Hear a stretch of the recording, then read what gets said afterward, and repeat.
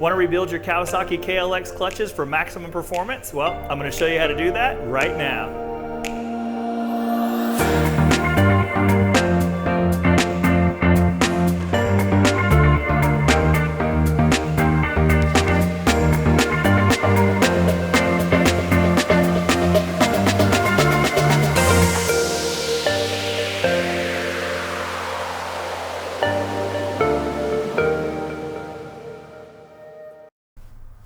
Hey friends, it's Brian and I'm back in the garage again today. Today we're working on our KLX two-part clutch system. It has a primary clutch and a secondary clutch, and I'm going to go through rebuilding both of them today. In addition to that, I'm going to show you some little tricks that you can do on the secondary clutch to kind of up the performance if you decide that's something that you want to do. All of the parts that we have in this job have been supplied to us by our good friends over at T-Bolt USA. So if you have a KLX or a CRF or even a CT70 and you want to trick them out in any way, suspension, engine, whatever, those guys are fantastic to deal with. You should look them up at tboltusa.com on the web.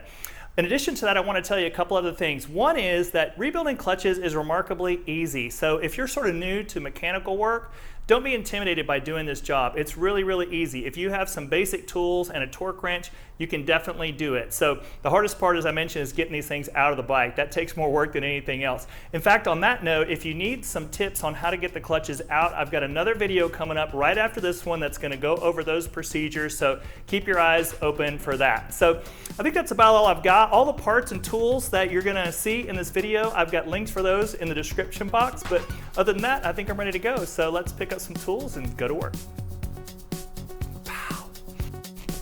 First, remove the clutches from the engine. Starting with the secondary clutch, the easiest way to remove the clutch spring plate is to remove 4 of the 6 clutch spring bolts, then go back and incrementally loosen the 2 remaining bolts.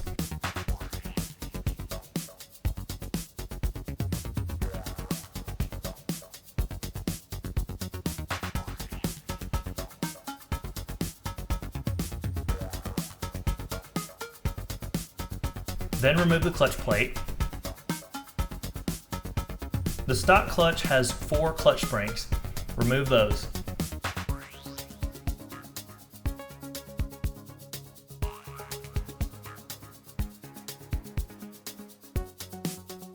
Now remove the secondary clutch hub.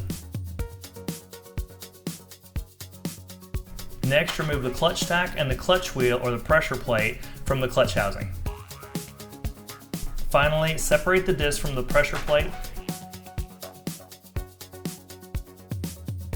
and don't lose track of this clutch sleeve inside the clutch housing.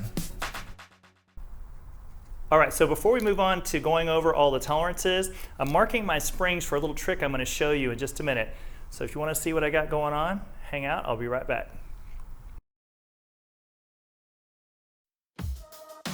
After marking my stock springs, next we're going to go over all the tolerances and wear items specified in the Kawasaki service manual.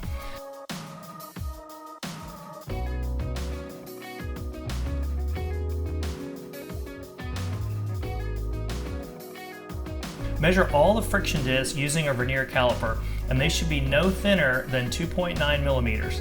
This one comes in at 3.18, so it's good. Using a very flat surface like glass, take a 0.3 millimeter feeler gauge and check all the steel plates for warpage. The feeler gauge should not slide under the plate at any point.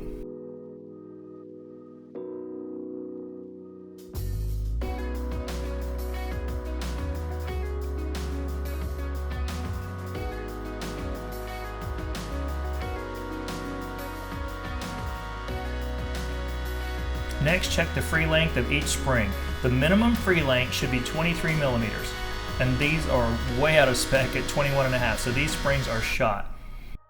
Moving on to the primary clutch, let's check the inside diameter of the housing. The service limit on this is 104.5 millimeters, so the inside diameter should not exceed 104.5 millimeters. This one comes in at 104, so it is good to go.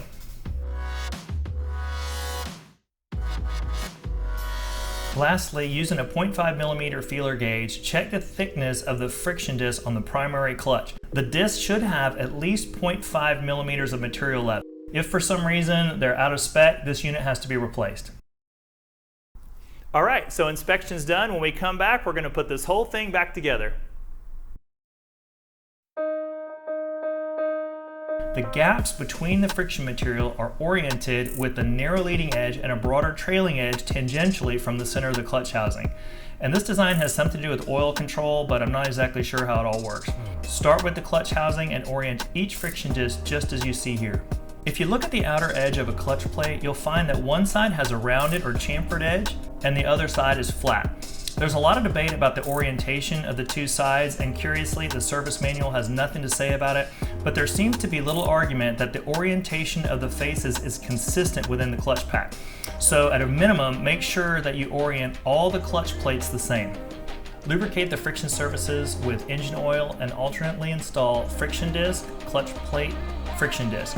Next, install what Kawasaki calls the clutch wheel, but what I'm going to call the pressure plate, onto the disc stack. Then slide the clutch housing over the entire assembly. Holding everything together, flip the entire unit over. The outermost friction disc has to be installed with this tang offset into this notch on the clutch housing like this. Now I want to go over some ways you can modify the clutch lever pull effort by mixing and matching springs. As you just saw, these stock springs are shot, but this is the stock 4-spring configuration and the clutch spring plate.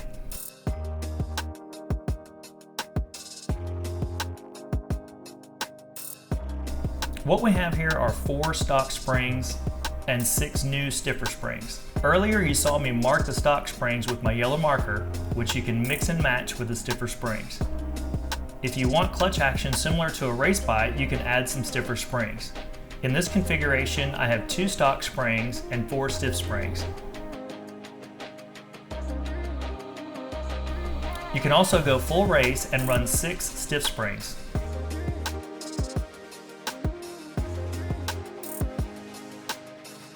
Or, if this is too stiff, you can run the 4 stock springs and 2 of the stiffer ones. You can also mix and match and run 3 of each. I want the full race configuration, so I'm running the 6 stiff springs.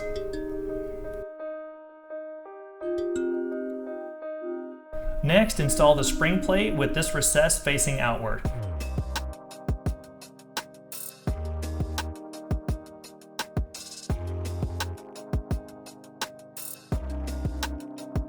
This is a stock fastener and a longer fastener with the same thread. The clutch springs are longer than the spring plate bolts. And I'm going to show you a little trick to make fastening the spring plate just a little bit easier.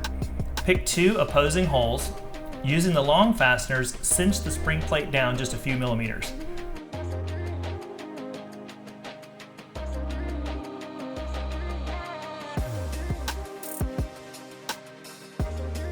Then install the stock fasteners into the other 4 holes and tighten them down to the spring plate.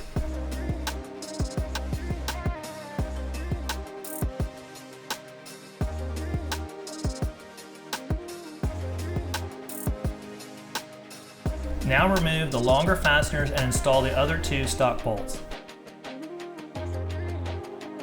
Then tighten the plate down in increments using a crisscross pattern. Finally, torque the clutch springs down to 3.4 Newton meters using the same crisscross pattern, and that's it.